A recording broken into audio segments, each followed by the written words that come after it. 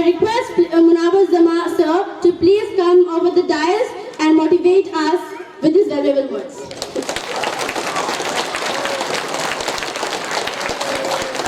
Assalamu alaikum and a very good evening to you all wonderful students, and especially the dignitaries present here, students, their wonderful teachers, parents, and all well-wishers associated with this school. I'm immensely delighted to be a part of this great event, and let me bring it to your kind notice that I avoid attending annual days and sports events, especially held at schools, because when I visit any school at such events, the school organization wants me to deliver long speeches, and such events are actually held to unleash the potential of the students. These sort of events are held to encourage the students to think beyond their capacity, to think beyond their ability, and reach the culmination of success. These sort of events are actually festivals where students are not open to listen to the lectures. In fact, they want to enjoy themselves participating, because at school every day students listen to the teachers, and even at annual days and especially at sports days, if you make them sit and ask them to listen, they might feel very bored because they want to enjoy. So I love to watch the performances at such events instead of delivering talks. But since it is my very first visit to this school, especially in Barak Valley, I've been invited by many schools, but I never got an opportunity since I have very busy schedule. I have trained over 3 lakh individuals and delivered motivational talks to over 10 lakh individuals across India and across the globe. That's why it's not easy for me to take out time and visit schools. But I feel myself very delighted and thrilled to be a part of this great evening. I know I am addressing the future leaders. And if you students are listening to me, then I have a wonderful message for you. I'm not going to deliver a very big speech, a lengthy speech or a long speech, but I have a few wonderful messages for you, inshallah, today. There is a personality everybody knows. Our nation and the world knows it, that personality, who has given name and fame to India. And that personality's name is Shah Jahan. I'm not talking about the Shah Jahan sir of this school. I'm talking about the Shah Jahan who built Taj Mahal. The whole nation knows that Shah Jahan. The world knows that Shah Jahan. Once I was conducting a personality development workshop in Agra, and students requested me to take to Taj Mahal, and after about 20 or 25 days I took all my students to witness the beauty of the Taj Mahal. There a few girls asked me, in fact requested me to have a selfie with me with Taj Mahal in the background. And then I interrupted and I asked, rather I told a few girls that you know one thing, that you girls are beautiful than this Taj Mahal. Laughingly they responded, they said, sir, you're lying. How can we be beautiful than Taj Mahal? Taj Mahal is 7th wonder. You are just lying. You are just trying to please us. Taj Mahal is much beautiful than us. Then I convinced those girls, stating that Taj Mahal is just handmade and you all are God-made. So you all are specially blessed individuals. Taj Mahal is just handmade, but you and I and we all are God-made. Allah has created all of us. He is the engineer. So we are special product of God. And we have been sent to this world not just to live 50 to 60 years and die. How animals live their lives with no hopes, no dreams, no ambitions. They live for a certain period of time and they die. But human beings have not been sent to this world just to live for a few decades and pass away. We have been sent to this world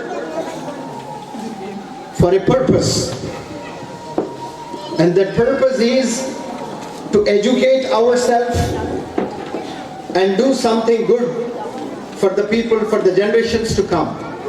If we are enjoying today the delicious food and the heavenly delicious fruits and vegetables, then decades and centuries ago, our forefathers, they planted a few seeds and we are relishing today. In this same manner today, we are supposed to do something for the generations to come. And this is the age of technology. This is not the age of just studying a few books and scoring 90 above or 95 above, or being top at the school, or being top in the whole district. Nobody is going to recognize you for this accomplishment.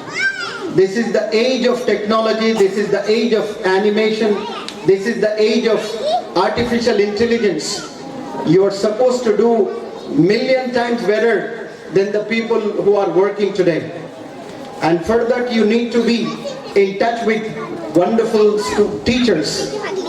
And I already talked about the Shah Jahan, who did wonders, mashallah, by constructing Taj Mahal. And there is another Shah Jahan, mashallah, in this beautiful town, who is the pioneer of this school.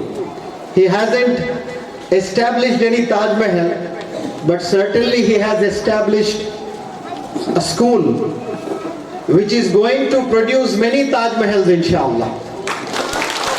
That Shah Jahan produced only one Taj Mahal, but this Shah Jahan sir will produce many Taj Mahals, inshallah.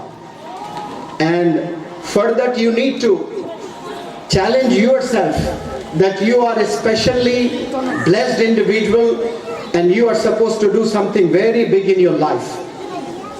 And for that you need to avoid doing many things. You have to sacrifice lots of things. Time does not permit me to let me know you what the things you need to sacrifice. I ask the responsible teachers of this school to show a few videos of mine that might help students understand the significance of education, the significance of skill, the significance of life. And especially, I had a talk, not once but many times, with the director of this school. He tried his best to invite me, but Allah is the best planner. When He does planning, nobody could fail that. So it is in my destiny to be amongst with you wonderful students, and I'm so very happy to witness a few demonstrations by the students. And I am amazed to see the energy and enthusiasm demonstrated by the students that clearly states that they have vision in their life, especially the school teachers and the administration. And one thing I would like to bring it to your kind notice, that if we ask school-going children a question, what are you studying? Then students come up with an answer stating that I'm studying 2nd standard, I'm studying 3rd standard, I'm studying 4th standard. All school-going children must understand the meaning of the word study. What does the word study mean? Study does not mean to memorize any topic, appear for exam and score well in that exam. That is not study. Study means to get into the depth of the subject and understand it thoroughly and master the subject. And you should be able to teach that particular topic to many classmates, many cousins, and many students of your age living in your locality. That is called study. But 99% of the students today, they misunderstand this terminology, this word study. They clearly make a point that they have to work hard, they have to memorize the topics, and they have to score well in the examination. That is a short-term goal. To score well in the examination is a very, very short-term goal, believe me. But if you get into the profundity of the subject and master that subject, and you retain that subject for days, for months, for years. Many students aspire to become IAS and IPS officer, and we have the director of Ajmal Foundation very recently, 2 days ago, about 36 students, they performed well in the state civil services exams, mashallah. Big round of applause. About 36 students have showcased their potential. And this is the toughest exam, the UPSC exam. But I can say the toughest exam, not in India, but across the globe, it is the toughest exam. A few years ago, it was considered the toughest in India, but today, that particular exam is regarded the toughest in the world. And what sort of questions are put in the exams? The science that you study at 6th standard, 7th standard, 8th standard, 9th standard, 10th standard, 11th standard, 12th standard, questions are picked from those standards and put certain questions when you clear the graduation. If I am talking to the students of 6th standard, 7th standard and 8th standard now, after 10 years, you will be done with your graduation and post-graduation. And if I put the questions of the 6th standard books, then you might not be able to answer because you have already forgotten that. So we are not studying to forget the things. We are supposed to study the subjects to remember until the last breath of our lives. As how you remember Twinkle, Twinkle, Little Star, you may lose all your teeth, but you never forget that Twinkle, Twinkle, Little Star. You may reach 90 years of your age, but you still remember that. In the same manner, you are supposed to remember everything that is dealt in the classrooms. For that, you have to make